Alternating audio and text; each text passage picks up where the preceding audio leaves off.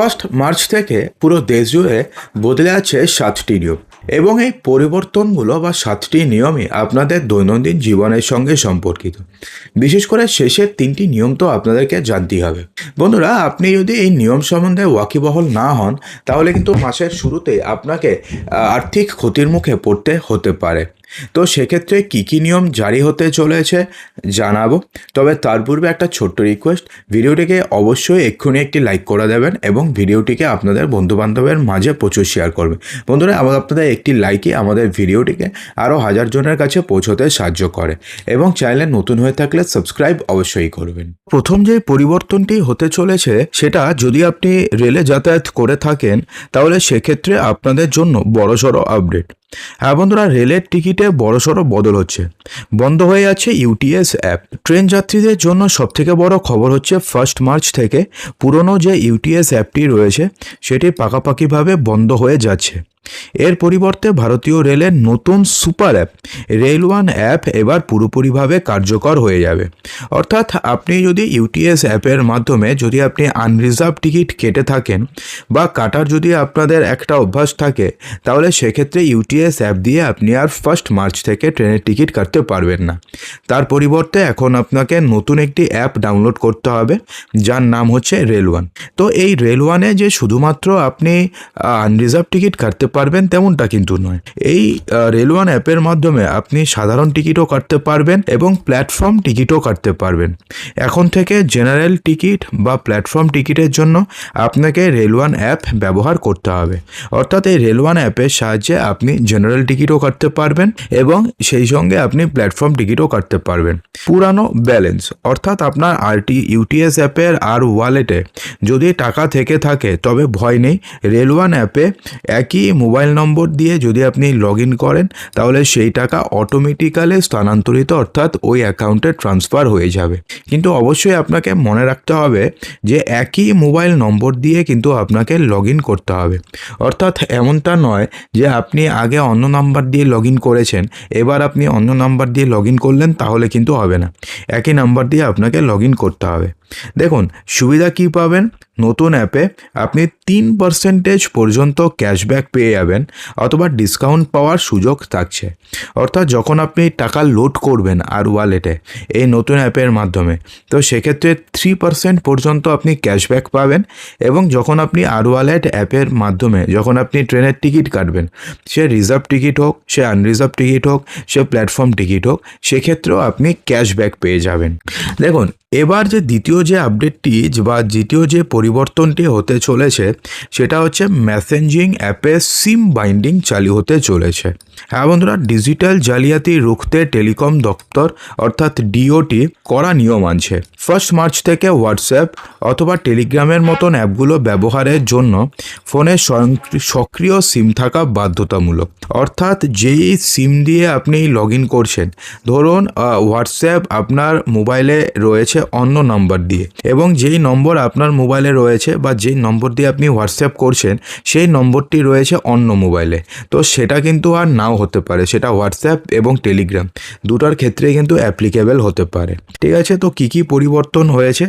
আগে সিম খুলে রাখলেও মেসেঞ্জিং অ্যাপ চলতো, কিন্তু এখন থেকে যে নম্বর দিয়ে অ্যাকাউন্ট খোলা সেই সিমটি ফোনে না থাকলে অ্যাপ কাজ করবে না। অর্থাৎ আপনি যেই সিম নাম্বার দিয়ে আপনি হোয়াটসঅ্যাপ খুলেছেন সেই সিম নম্বরটি ওই ফোনেই লাগবে, বা যেই সিম দিয়ে আপনি টেলিগ্রাম খুলেছেন সেই সিম নম্বরটি ওই মোবাইলেই লাগবে।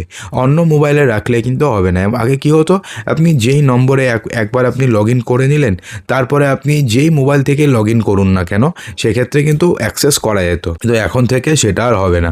তো ওয়েব লগ আউট, ল্যাপটপ বা কম্পিউটারে হোয়াটসঅ্যাপ ওয়েব ব্যবহার করলে প্রতি 6 ঘন্টা অন্তর সেটা স্বয়ংক্রিয়ভাবে লগ আউট হয়ে যেতে পারে।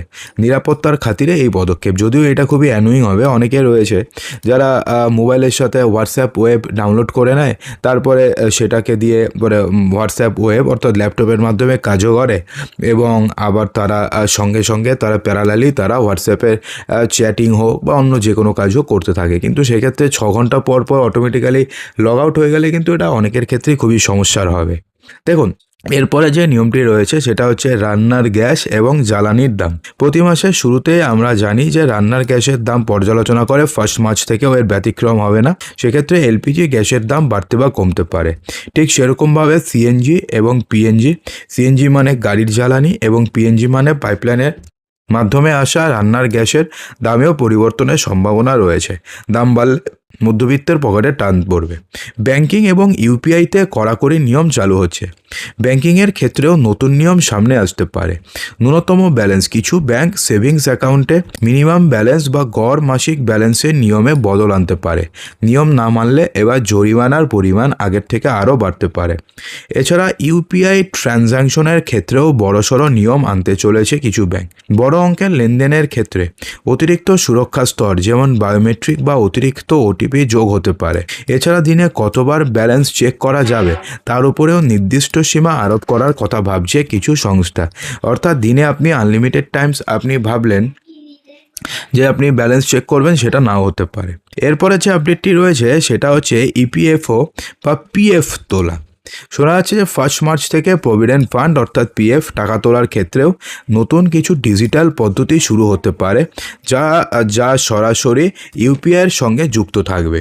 ঠিক আছে, তবে এর চূড়ান্ত নির্দেশিকা খুব শীঘ্রই প্রকাশ করা হবে।